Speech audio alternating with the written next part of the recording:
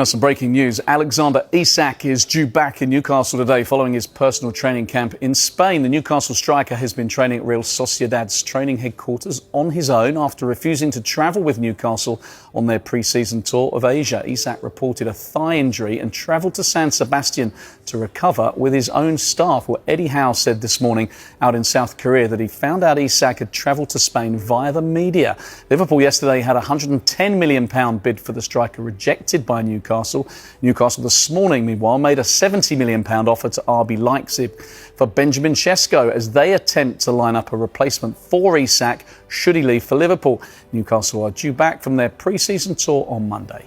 We'll get stuck into the new EFL season for you very shortly, but we're going to start this afternoon with transfer news. So much going on, but there is one player dominating the agenda at the moment. It's Alexander Isak, of course.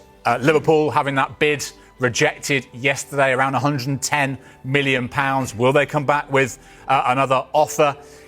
Isak not with the Newcastle squad in South Korea at the moment. He's been training on his own at his old club Real Sociedad in Spain, but is due back at the club on Monday. Will we have movement by then?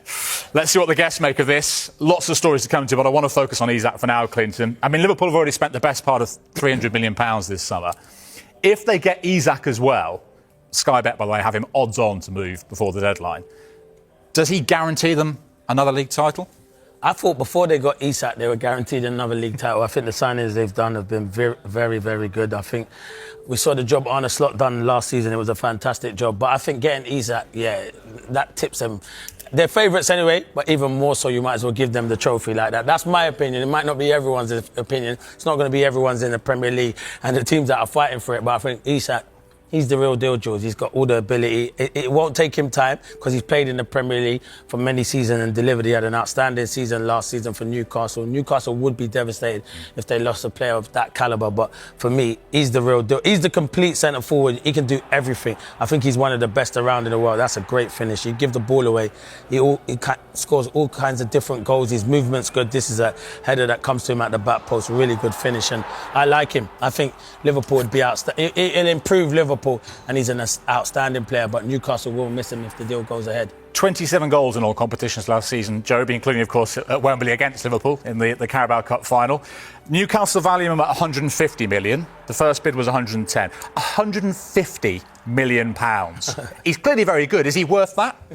Oh, well, to Newcastle clearly is, Jules. I mean, you look at the importance with those goals, and probably without them, do they do what they did last year and get themselves into the Champions League? So they're in a really strong position, in terms of the time he's got left on his contract, and he's as important to them as they say he is, and he's worth what they say he is because they're the ones with the power at the moment. So listen, it's an awful lot of money, isn't it? £150 million. That would make him one of the most expensive players ever.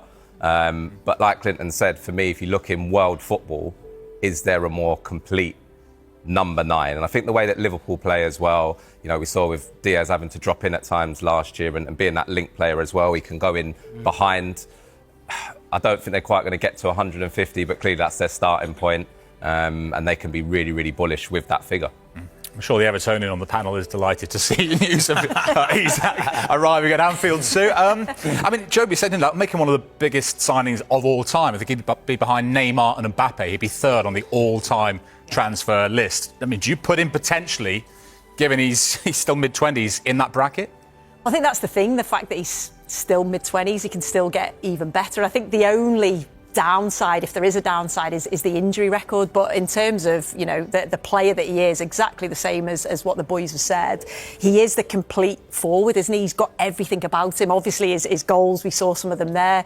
His link play, the way that he can dribble past players, his vision, his awareness. He can be that presence, if you like. So he does have everything. So you can understand why Newcastle and Eddie Howe is desperate to keep hold of him. Because I feel a bit sorry for Newcastle, because there was such a feel-good factor, wasn't there, around the club last season in terms of they won the trophy, and you thought if they can keep hold of their key players, Isak being one of them, then they can build on that. What will their season look like? So the fact that they haven't probably got a lot of the players that they wanted to get, and then now they've obviously a potential of losing Isak, because ideally you think Eddie Howe would have wanted Isak and another striker because of Callum Wilson going. So I do feel for Newcastle fans, but yeah, if you're a Liverpool fan, you're just thinking, wow, I can't wait to watch my side next season if that happens. Yeah, I mean, clearly, his head's been turned. The champions have come in for him, Jamie.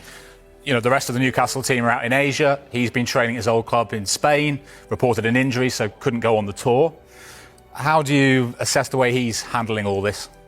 I think it's very hard, Jules, unless you're in his position. I think it's very easy for the wider public and football fans to kind of criticise footballers. There's always the perception of there being an ideal way of leaving a football club, and it doesn't always pan out like that. And I think this is kind of a product of that. I think that he's probably not injured.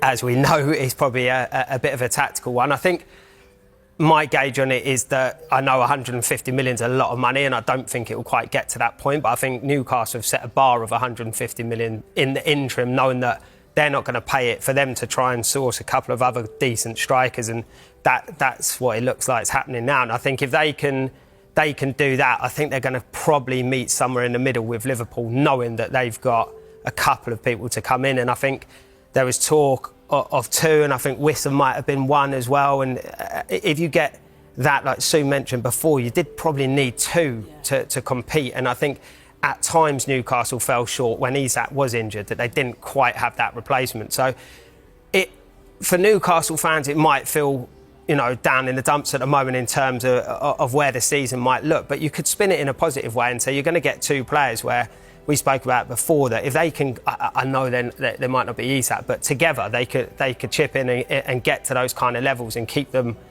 fighting at the top end of the league. So it could end up for a positive in the end for Newcastle. Yeah, because it's so interesting, isn't it, the sort of mood around Newcastle, the positive end to last season, the trophy, the Champions League football again, and yet, now they've struggled to bring players in the summer, it seems. Isak, their main man, could be going. But as Jamie says there, Clinton, Magpie left PSG, they win the Champions League. Coutinho, a few years ago, all Liverpool fans were panicking when he left, and it was actually the making of them. Could this be Newcastle's Coutinho moment? Oh, I'm not sure. If he goes. See, it's a hard one because Isak's leaving, but Isak's, no disrespect to Newcastle. Newcastle's a big football club. He's going to a better football club, in my eyes, that have better players in Liverpool. So it's a great move for him. You can understand why he wants to go to Liverpool. But at the same point, I'm like what Sue and the lads have said. I feel sorry for Newcastle because you're right, they had a great season. In particular, Eddie Howe, who's done a fantastic job there. I do think Newcastle's recruitment can be better. They've signed Alanga, who I think will be a good signing. And obviously, we're hearing rumours they're interested in Sesko, who's a very good striker. Bid's gone in for him. Well, let me tell you, he's a good striker. But do we know if he can come to the Premier League and hit the ground running? That's what we're going to need to have a look at. But we see some of his goals. He can finish. He's got good, as I say, he scores all kinds of goals, but it's a different league to the Premier League. The Premier League's the best league, but he'd be a good signing. And Jamie made a good point. Wissa is a very good signing if they can get him. I'm not Brentford fans. Don't shout at the TV. I'm not trying to sell your best players. I know you've lost Mbuemo, but if a club like Newcastle come knocking, not being disrespectful to Brentford, and can offer him Champions League football as a player, that's what you want to do, play Champions League football. So those two signings, if Newcastle can get it, I know if they lose Isak, they're not Isak kind of replacements, but they brought two in. And they've still made money on him, so it could be good business for them. Yeah, Wissa not involved, by the way, for Brentford in their pre-season game with QPR today, and we wait to see what happens with Sesko. A bid has gone in from Newcastle to RB Leipzig. He's not involved in their game today, just shy of £70 million, which is the sort of figure they were looking for. So that one could accelerate, and once Sesko's in the door, would that therefore open the door for Isak to move from Newcastle? They didn't win a Premier League game without him last season. Newcastle scored just one goal in those 4 matches he was missing as well. And it looks like he might be off. First bid rejected, though, by Newcastle yesterday. By the way, just to let you know, Callum Wilson, who, of course, left Newcastle this summer, has now completed a move to West Ham today. That is done.